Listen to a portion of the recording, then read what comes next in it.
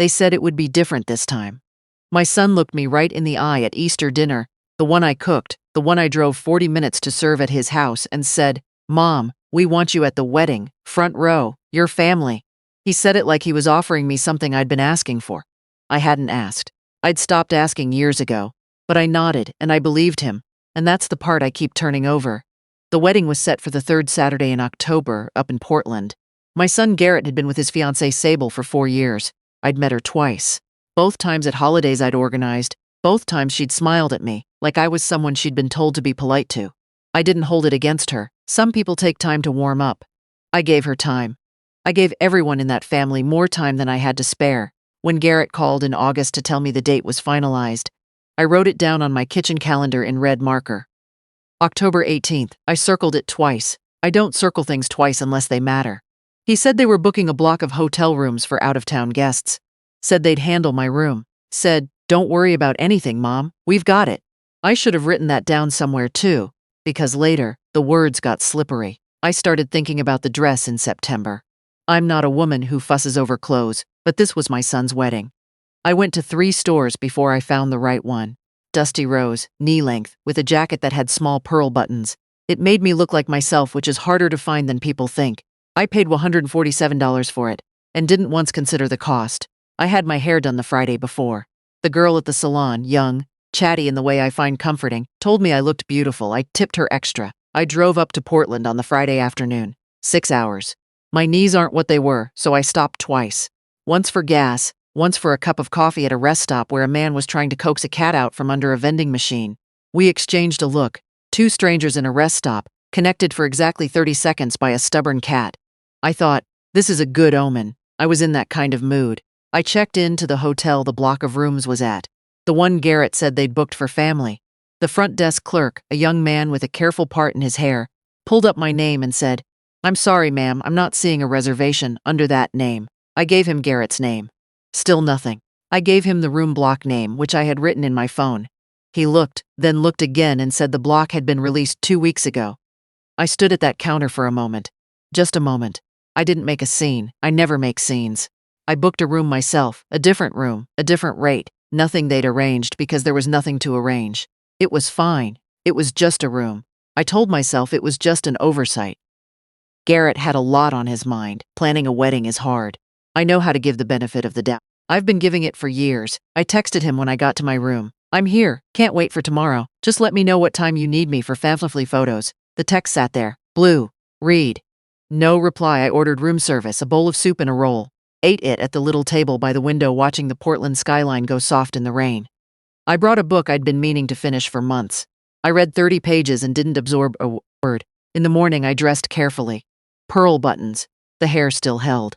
I put on the earrings my mother gave me before she passed. Small gold knots, nothing flashy. I looked at myself in the mirror and thought, "You look like a mother of the groom. That's who you are today." I texted again. "What time should I arrive?" "Ceremony starts at 2, I know. Is there something earlier?" Garrett answered that one. "Hey Mom, things are pretty hectic. Just get there by 1. You can seat yourself. Family's kind of doing their own thing this morning. Family's kind of doing their own thing." I read it 3 times. Then, I put my phone face down on the bed and sat in the chair by the window. I knew what that sentence meant. I knew it the way you know when a room has changed temperature even before you understand why. Family was doing their own thing, and I was not part of that thing. I was the guest who happened to share his last name. I got to the venue at 12:45. It was a renovated barn outside the city, beautiful in the way expensive things can be when someone with taste has their hands on them. String lights, wildflowers, a wooden arch draped in greenery. I would have loved planning something like this. I used to plan things. Easter dinners and Christmas mornings and birthday parties. I had a gift for it. Nobody asked anymore. A young woman with a clipboard and an earpiece came to help seat guests. She asked my name, looked at her list, and put me in the 3rd row on the groom's side. Not the front row, the 3rd. I sat down without saying a word. I watched the other guests fill in around me. I didn't recognize most of Garrett's friends.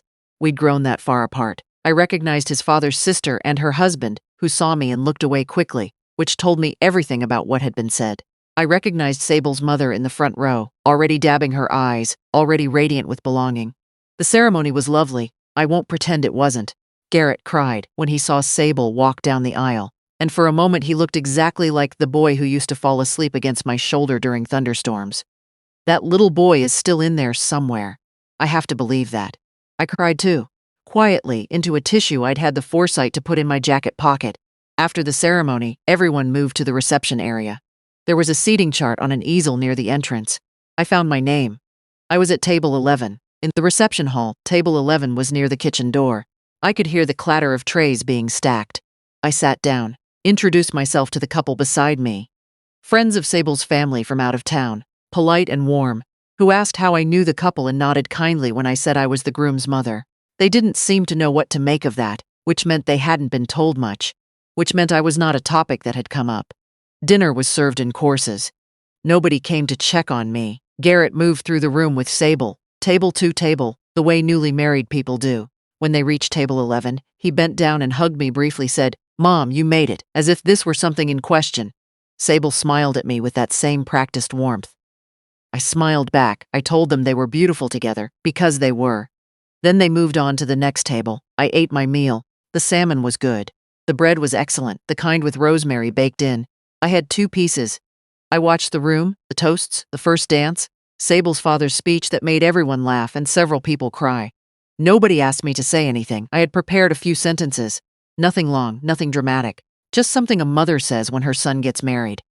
I had it folded in my jacket pocket next to the tissue. It stayed there all night. At some point, the music got louder and people moved to the dance floor. I took that as my cue. I found my jacket on the back of my chair, gathered my small bag, and walked to where Garrett was standing near the bar with a group of his friends. I touched his arm. He turned. "I'm going to head out," I said. "It's been a long day for these old bones." He nodded. "Thanks for coming, Mom. Really, thanks for coming."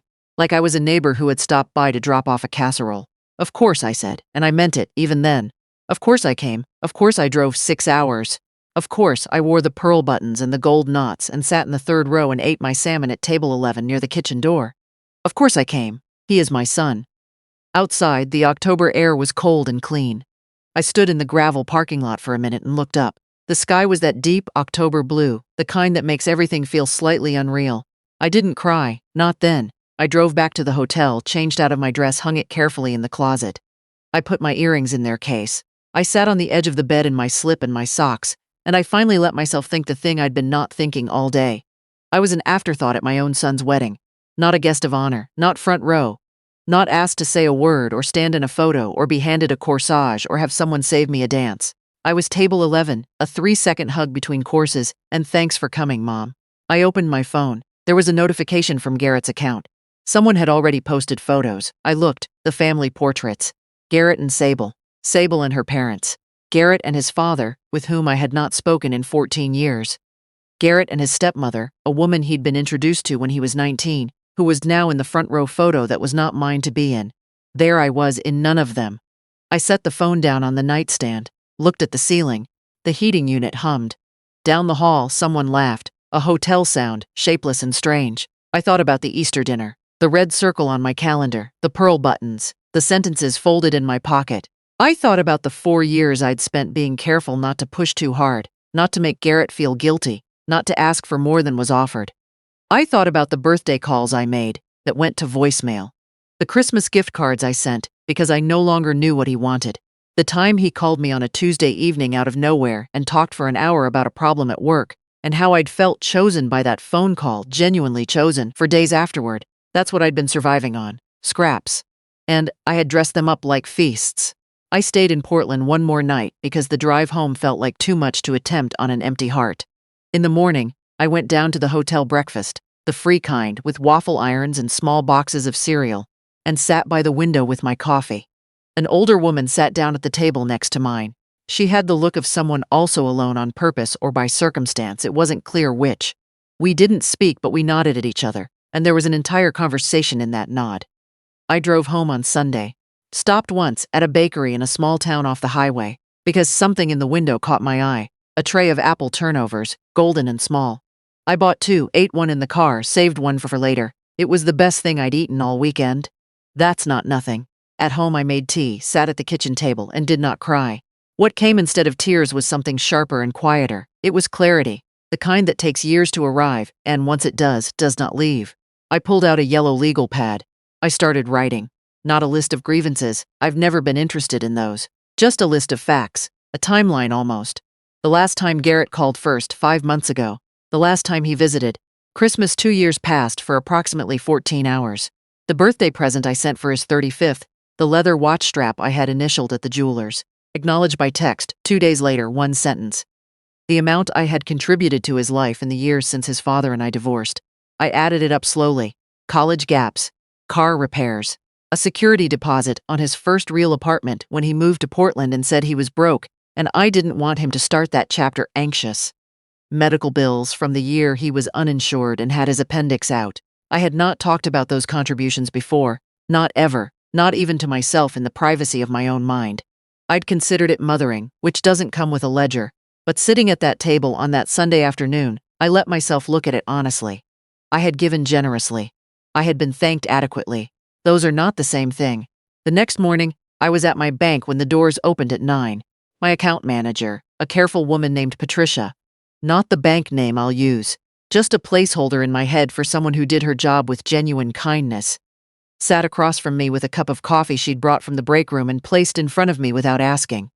"What can I do for you today?" she said. "I want to review all my automatic transfers," I said. "And I want to talk about my accounts in general, where everything goes, who has access." She nodded and pulled up my file. There were 3 recurring transfers. One to a savings account I'd earmarked years ago as an emergency fund for family. One to a credit card I'd added Garrett as an authorized user on, because he'd asked to build credit and I'd said yes without thinking twice. One monthly contribution to an investment account that I had mentally designated for him over the years, not formally, just in the back of my mind. "Cancel the family savings transfer," I said, "and remove the authorized user from the credit card." I paused. "And the investment account? I'd like to change the designated beneficiary," she typed steadily. "Who would you like to change it to?" I thought about my niece, my sister's youngest daughter, whose name is Lenora. And yes, I chose that deliberately. She is nothing like Lorraine or Lois or any of the names behind me. She is Lenora, and she has called me every Sunday for 3 years without fail, just to talk, just because she says she likes my voice and my stories. 26 years old, and paying off student loans and building something out of very little, with grace and without complaint. "My niece," I said. I gave her Lenora's full name and information. Patricia didn't react. People in banks see every kind of shift in who matters to whom. She just typed and then asked if I wanted to review anything else. "Yes," I said. "I'd also like to remove my son as emergency contact on my accounts and replace him with my niece." She did that too.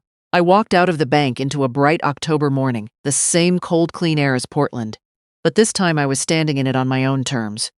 That afternoon I called my attorney. He's a quiet man who's handled my affairs for over a decade, and he has the gift of listening without filling silences prematurely. I told him I wanted to update my will. He didn't ask why.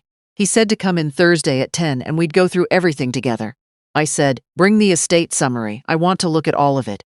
Before I hung up, I said, "There's also a letter I'd like to attach, a personal one. Not legal, just mine. I can include it as a statement of intent," he said. "That's exactly what it is," I said. Intent. I started the letter that night, sat down after dinner with a glass of red wine I'd been saving for no occasion in particular, and opened my notebook. The one I use for grocery lists and half-formed thoughts and lines from books that stay with me. I wrote slowly, not to wound, not to rehearse the grievances, just to say clearly what had been true for a long time and what I had decided to do about it. I wrote about the Easter dinner, the red circle, the pearl buttons, the 3rd row in table 11. I wrote about the folded sentences in my jacket pocket, the ones nobody asked me to say. I wrote, "This is not punishment. I know the difference between punishment and protection.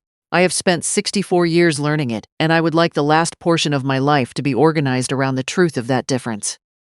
I wrote about Lenora, how she calls on Sundays, how last March she drove 3 hours to help me clear out the garage, after I'd been putting it off for 2 years, and how we spent the whole day talking and laughing, and eating sandwiches on the driveway, and how at the end of it she hugged me and said, "I always leave here feeling better about things.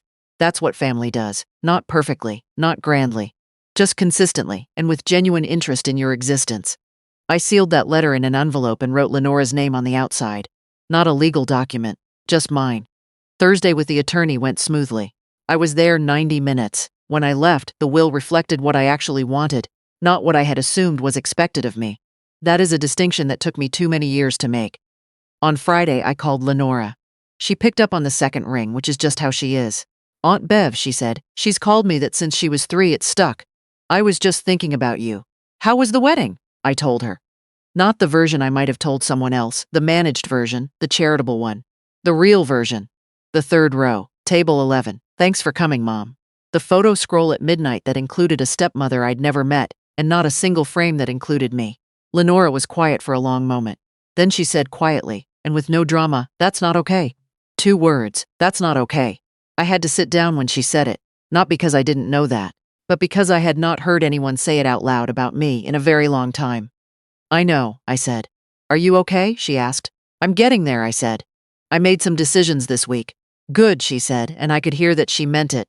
"Will you tell me about them?" So I did. We talked for almost 2 hours. About the bank, the attorney, the letter, about what I was choosing, going forward, about what I was done choosing. Lenora listened the way people do when they actually care about the answer. She asked a few questions. She said I see when she saw, and I understand when she understood, and she didn't try to talk me out of anything or suggest I was being too hasty. She just witnessed it. Near the end of the call, she said, "Can I come visit next month? I'll take the train up. I want to make you dinner." I said yes. Of course I said yes. She's never had to ask twice. We said goodbye and I sat in the kitchen for a while in the quiet that followed. It was a full quiet, not an empty one. There's a difference and I know it now in my bones. In the days that followed, Garrett called twice. I didn't answer the first time. The second time, I picked up. "Mom." He sounded surprised like he'd been expecting voicemail.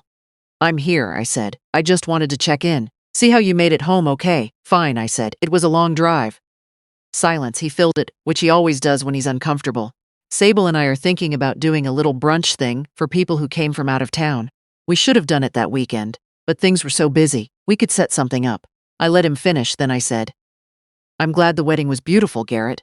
"It was." Another pause. "Yeah, it was, wasn't it?" "I wanted to say a few words at the reception," I said. "I had something prepared. Nobody asked me." He didn't respond for a moment, then, "Mom, I'm sorry. Things just got so hectic." "I know they did," I said. "I believe you. So we're okay?" he said. That question, that small, efficient question, designed to close a thing before it's been opened. "We're okay, Garrett," I said. "I love you. I will always love you." "That's not the question." He waited. "The question is what kind of relationship we're going to have from here. And I think that's something we need to be honest about." "What do you mean?" He sounded young suddenly. He sounded like the boy who used to sleep against my shoulder. "I mean that I've been showing up," I said, "and you've been letting me. And those aren't the same as meeting each other. I deserve someone who moves toward me, not just allows me to arrive." Silence. "I'm not angry," I told him. "I'm just clear." He said he'd call again soon. I said, "Okay, maybe he will. I'm not organizing my life around whether he does." Lenora came the following month on a Saturday as promised. She took the train and arrived with a canvas bag of groceries and a library book she'd been meaning to return to me for 2 years, with a post-it on the cover that said, "Sorry, sorry, sorry," finally, in her slanted handwriting. I laughed when I saw it. She made pasta with butter and sage, simple and exactly right. We ate at the kitchen table and talked until well past 10. She told me about her job, her apartment, a man she'd been seeing who she wasn't sure about. I told her about the attorney, the letter, the will. She listened carefully, seriously, like it mattered, because to her it did. Before she went to sleep in the guest room, she stood in the kitchen doorway and said, "Aunt Bev, I just want you to know, whatever you've decided, it's right. You deserve to decide what your life looks like." "I know that now," I said. She nodded like she believed me. In the morning, we had coffee on the porch even though it was cold, because she remembered I liked to do that and she'd brought extra layers. We sat in the 2 old wicker chairs with a blanket across both our laps like sisters watching a squirrel make decisions in the yard. She left after lunch. I stood at the door and waved until her rental car turned the corner and disappeared. Then I went back inside, put the kettle on, sat down at the kitchen table. I thought about the wedding. The third row, table 11, the pearl buttons, the sentences that never got spoken. I thought about the drive home, the apple turnover, the October sky. I thought about what it had taken to get to this kitchen, to this table, to this version of myself that, finally was done explaining her worth to people who'd already decided not to see it. I thought about Lenora, calling every Sunday, the post-it note, the blanket across our laps, that is family. Not always blood, not always ceremony, not always the front row. Sometimes it's the person who takes the train with groceries and remembers you like your coffee outside even when it's cold. I'm 64 years old. I've given a great deal. I've waited a long time. And I am done, not with living, not with hoping, not with love, but done with making myself small so that someone else can feel big. Done with the third row and table 11 and thanks for coming. Mom said like I had wandered in off the street instead of building the life that made the whole thing possible. I opened my notebook that night and wrote one more thing. Not a letter, not a list, just a sentence. I saved the second apple turnover for myself, and it was enough. If you've ever found yourself in the third row at an occasion that should have had your name on the program, I want you to hear this. Your seat is not where they put you. Your seat is where you decide to belong. You can stop holding space for people who have long since stopped holding space for you. You can buy your own turnover. You can light your own candle. You can begin again right here at this table, in this quiet, in this life that is entirely, finally yours.